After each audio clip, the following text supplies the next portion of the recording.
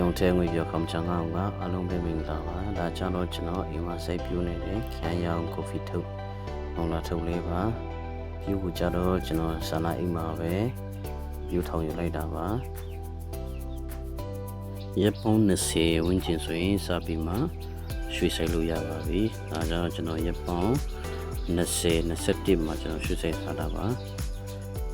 ဒါရွှေ့ဆိုင်ပြီးရက်ပေါင်း20အကြာစုစုပေါင်းယူတက်ကြတော့ရက်ပေါင်း40ပေါ့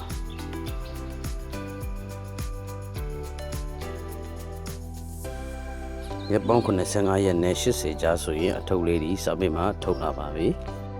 ရေများများလုံးပေးဖို့တော့လိုတယ်ရေများများလုံးပေးနိုင်မှဒါအထုပ်လေးတွေကြီးပြီးမှကျစ်လာပါဒီခန်းရောင်မလာထုတ်ချတော့တခြားမလာထုတ်လို့စားရင်ထုတ်ဖို့အချိန်ပိုပြီးမှကြာမိပါတယ်ရက်ပေါင်း130ကျော်120နဲ့150ကျဆိုရင်ကောင်းကောင်းလေးကြီးသွားပြီးမှခိုးနိုင်ပါပြီကဲကိုယ်တိုင်စိုက်ကိုယ်တိုင်စား organic ချမ်းရောင်လာထုတ်လေးပါစိတ်ဖြစ်လဲဝင်ပါတယ်ဒါကြတော့ကျွန်တော်စိုက်ပြနေတဲ့အထုတ်လေးပါရောင်းပြက်ကကြီးကျုပ်ပါဆိုင်